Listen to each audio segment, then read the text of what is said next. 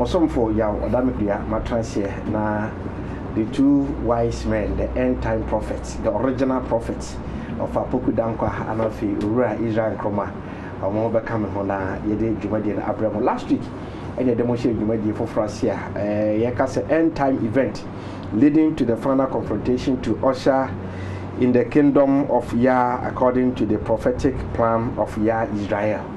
Na chesotweda mpo yankopon ni niema hodo a odigu kwam se wie bre no ebeba na di sem no niema wo se eba na etumi egura na hindi ni mu anase wie bre no yehunu no eno ho komo ade bi so de niema hodo a wo se sisi no ana ye babo mo ho komo awie meka wo se nyumaku bo ekidom no eye ozo rufi ene se wo ba be sidan anase wo sidan na apu obebo so amawa eye ozo rufi ene wo se wo hwe mo cha kwai iso mo ho ade aka ni nya no nsu ta ebeboro yebeka mo asem achewie prepam sanso ana hepa plus eka ho bie no eba na heba na de se do na hepa plus general well-being ana fezo so no ye opa bia plasmos no so etu malaria asekra ebiem so Israel ko to madaroma ene ne buta hodo e didi djuma Europe Africa so no yenya bi ato omokrea so ana kwakofa e continue spectacle ana fezo continuity prayer ba wa mo moto bi dia adanse no adema enti unya bia no bomodi amansa atumi akabi afezo so no ye abapamo ene wose transfer na fa phone na ade bia wo pato no oda na ye famra nti uko ayo Play Store no download di abapamo omo app ni bi ana so ko App Store so no download di bi na bibia atumi akonkan sa nyuma koyi edi domo a de Wake Up Africa djumadi na ebrebo of Apoku Dankwa executive director the Free the Mind movement and over Israel Kroma coordinator the Free the Mind movement o ma transia ye bidin komo wadwen che nyina no wo de befa 0200 241723 0200241723 o de ba na ya kenkan de amount oba no mo akwa ba area na pom ti say oba dia na o na oba dia say wo fe ya we me kai ji sa no mo yan kala na say mo sha ta de kra yihia mo a e si ni pa mi lu sha ta de koro ba mo di ka kum na si so e ti oba dia dum sa fa mo di mesi o de o wa so amen ka ye pabo ya na ehye e ba program yi so no ye so pesa ho do sanda sa ho do de nyina no e ye tea collection madaroma ane ye pabo kama de mayen it is up pabo share so pesa do be ko yi do be share African print bi na dia call where the ni hye mudi bi ase a modia tea collection e cha kwa metima from 054 995919 054 995913 na ma jo sere pabo de answer do size be ma no na watching design happy we try to pull at the amount over yabo yaba de ni aba wa we do ko ne ma aba de ni aba yaba last week na de shase na no de na obeka say introductory stage no na de fa pra kwa mu ni mu fa enyeme twa say e wo say ba e we ebre mu say de be ya twede ampo yakropon na ni so di hu na say ni timu pa o to fa na hinni no ho no eno so enyeme wo say bansa na sabre na tu anade wura no de ni mu ni mai ene ye bo wura pubu afa bre no minute be du no de o de me da se ye di ka be tia ahwefo nyina da bio a wo bia etiatia wo na me de atwa so se na wo twetwe mu no ye ko introduction mu ema ye pese ehunu wo mo a the principal players are every no enam wo so ebema obade ahenie no ebeba ene se omu nyina aka the times of the Gentiles no nti ekwan a obade ebefa so obi yi omu nyina free ho na ahenie na banye be na last week no ye di China for ni free ase yes na no de ebe nse ye be see modern China okay de Oma na mu dia bedru sese baby oma du na ya de omo ye aka ho na last week ye di si say ekoba se na ahemfo ne di omo so okay British for di opium be share omo entokwa by Britain for we ni your friend is saying Hong Kong Island no 99-year lease into 1997 year na see ye no e de so msade Hong Kong e ma China bi ene no ye be si ekwan a China fa so e be do modern timing.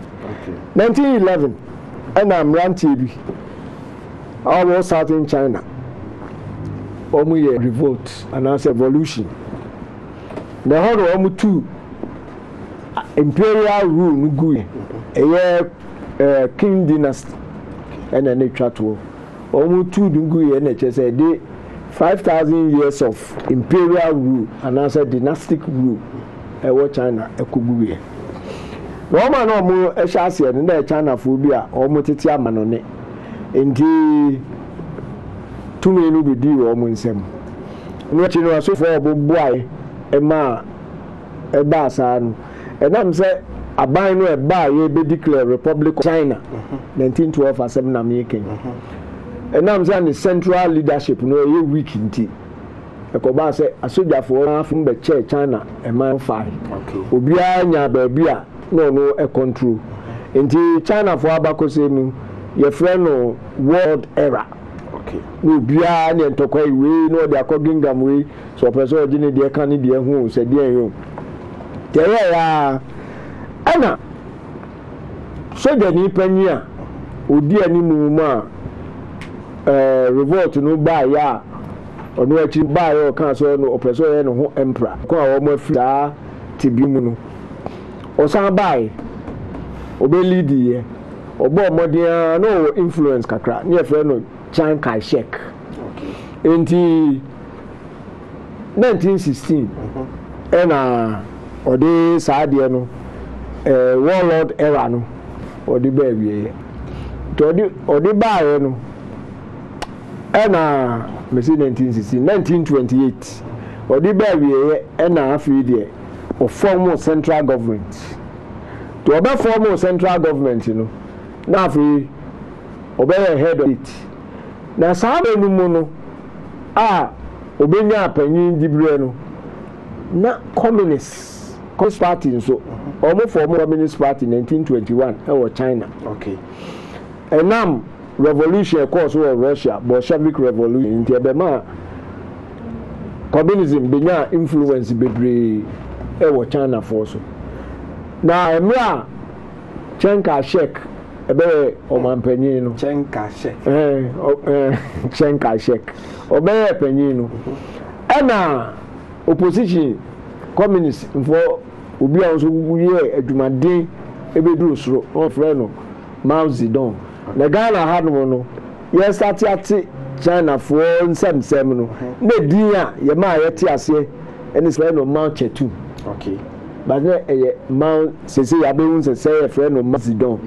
sounds na omo capital ne friend no Peking maybe capital ene ye friend no Beijing nti ukaya emra 66 osifo ko Hanoi yesi okokodu Peking ena ti se yaye ku etia no edia ne enim no actually China for ba no be kan se ye friend no Peking ye friend no Beijing nti no me de be frafra for the benefit of omo nim edin dada no yes senia omo nyira emehu because ye kan Mao Zedong no a na akwai ti say na ho ano no ye de enim Mao Zedong nti no ye di ba nti also pedi animu e also ye de so ni opposition leader ono de na ho de no de rural area na eba Chiang Kai-shek ono wo krukasi form the government a o ma dina tumu nti ho mu apede ni mpene ni ayi no a 1946 and dane kwa between nationalists Chiang Kai-shek and communists Mao Zedong and Mao Zedong and the bebo ani na de wo mu yaw abrofo de udi o machia supporter Chiang Kai-shek no nya no na from the international private bankers arm of America true Roosevelt ni Truman woman na so nationalists for nasne almost on beso or masne to a point and Mao Zedong and the communists so one also more free international private bankers or sa or Russia. Some of them go over the Dubai. Over the Masano. Let us say Mao himself Russia for the Buano. Okay. It was starting book and said on Traho Emma Chenka Sheikh on for running my Western world. Emomu mama exploiting communist and as a Chinese masses, but no names. Nipa baako na sponsor omu nyina from different locations. And to kwanu be wiye Emma communist for no ewini. 1949. Okay. From 46 to 49 and it is ntokwa ebe wiye. Ne ba no na Mao Zedong na mountain odi nkunim no declare People's Republic of China. But Chiang Kai-shek only in call for new Johnny free mainland China and Omoko Island of Taiwan. And to go do Honmono, I will also declare no say only Omanpenyu or Taiwan. Okay. As a mainland China. Now only president. And now Mao say Taiwan no a can't mainland China ho. You man hey ya ombebie ntokwa dia ba omo so ene ma bebie ayen kan ene no time ni ntepesi wura modern ayi but ebesi ne no Taiwan ni omo so omo ye Republic of China and mainland vonzo omo ye People's Republic of China. Yes. And we win here no ade ba ko here ni say no oba no ba be launch the friend the Great Leap Forward. Okay. The Great Leap Forward, nani say, who say China agrarian economy no, a person of Daniel na industrialization or this static rural area ho ediba. In the name of the year ya, odiba ni say, esikafu omo ansase, enu omo land holdings nyina osizi ni nyina afiri omo ho. Enu ochiche ansase ni ma peasant farmers. And we can say private farming is prohibited in the land. Okay. Wow, they be a bet you. Young Fahun and Chow. They will promote the friend system of collectivism. Okay. Come home near, and in the Bema, yet me acquire. To start here, who say, any panel will use one more because I am not going to say, on crime fidie. Free amanonia ni boarding enipa no abeye duma emfidie no bi betimi aye say rural industrialization manpower ni ho ne manema nti e ko so pa na ne tintin ni tietie mu ani say ewi ase no e kom kese e ne be pie ho na afi enipa bebre nso ani nye odo omo faso e kom e baaye no enipa ewu ye no na ye between we mania make us say between 11 and 55 million people in a year as a result of that. In the reputation, about form, and what person or size that in a home, and will be a who say, on one, and also any maybe the cultural revolution. In the cultural revolution of the Bible, partly the failure of the Great Leap Forward. Anna or the Bible. In the cultural revolution, also, I dare a text. And say, well, who say, and before the war, all China ye, enemies of the people, enemies of the system, or teen and see a manti any mabasu, or China, and all use to fight or the paging society revolution be a drew baby and one a winner. Yes. Indeed, or the bars or barber paging. Edi mpanyinfo bebre ho kan enkwara no be say bibia say China imperial history no ne me kan ho de ye say bibia we asa rewrite history. Okay. Chairman Mao and the at the center of everything. Maka no say we no ye be kon yakọ first video na emom no menka bibi mfa ho say the Great Leap Forward no de baaye no. Eno na ma Ghana so man panyi odi kan eye osagefo. Yes. Eno na inspire no emo nso ba ya obeka say Ghana industrialization or the best started. In the Ghana, we have workers brigade, and also state farms because the mentor. Yeah. We be your China, and you know, or no so be now. And so now be video person cry.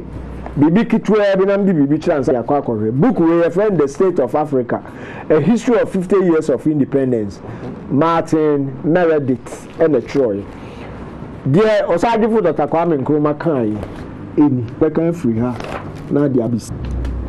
Full stop we have me many time what it. I was a former council council Wake Up Africa soon with me so I live or Facebook or Bra or best search for RTV. Je can free book today said the State of Africa, a history of 50 years of independence. A moment you can free chapter 9 and you can be free. Or say a founding fathers, no, as founding fathers, the first generation of nationalist leaders in Nkrumah, Nazar, Senghor, of our William Jobwan. I'm from free. Who February now can. Oh, you are near what now can. I'm a secret too. Okay. Quite no, main for Pan African Congress, you Manchester. One more, a one more countries. For independence, we don't know. Oh, okay. Engineer no accept na make. Okay, free. Kwame Nkrumah's ambition soared above all others, having successfully challenged the might of British rule in Africa and opened the way to independence for a score of other African countries. He saw himself as a messianic leader destined to play an even greater role. At home, he wanted to transform Ghana into an industrial power, a center of learning, a model socialist.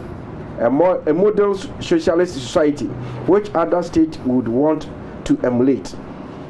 He also dreamed of making Africa a giant, economic, political, and military terms, as united and as powerful as the United States or the Soviet Union, with himself as leader.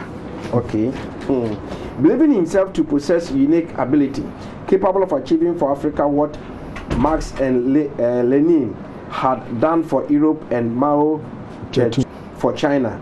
He created an official ideology, calling it Nkrumahism, and built an ideological institute in his name, costing millions of dollars. Now the American say influence, Mao Zedong influence was so great to say, Sanya suit and Mao Zedong Esheno and no be Nkrumah started so the influence was so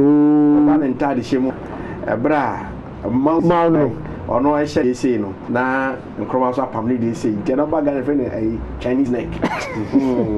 Yeah, body team. Not a say right. I don't know. Okay. I don't first video. Okay. The first video, no. Was it this photo triggered China's cultural revolution? Yeah, first video. Now, but answer the air. You have messages in you pay for income. Or say, wow, per today's program, I've realized that Ofa Yao is not an ordinary man like us. So let us hold him tight and firm. Kweku entry goes on no. Anyway, about this was say, please, thank you so much for your weekly program, Wake Up Africa. Is there anything called heaven, or is just a fiction? Please explain to me the purpose of God in creating man. I trust your unmatchable knowledge and wisdom. Thank you. Nkrumah Odro from Obuase. Nkrumah said, yeah, fat topic ibina mo di bibi fufu ese be boma na mo divert attention to odi ene beto you do sabre no so a e be chemu e amount because no follow a topic na program no. This photo triggered China's cultural revolution and on first video yanko hemra. Wan Sui lived 10,000 years. In 1966, Mao Zedong had a problem. The Chinese leader, who had led a peasant army to victory in the Chinese Civil War and established the Communist People's Republic of China in 1949, was getting old. Worse, his radical policies had devastated the country and triggered the deadliest famine known to human history. By the early 1960s, Mao's once great influence and public presence were at an all-time low. And there were rumors that he was dying, or even dead already. He needed to find a way to seal his legacy as the face of Chinese communism, and a new revolution to lead. It started in a river.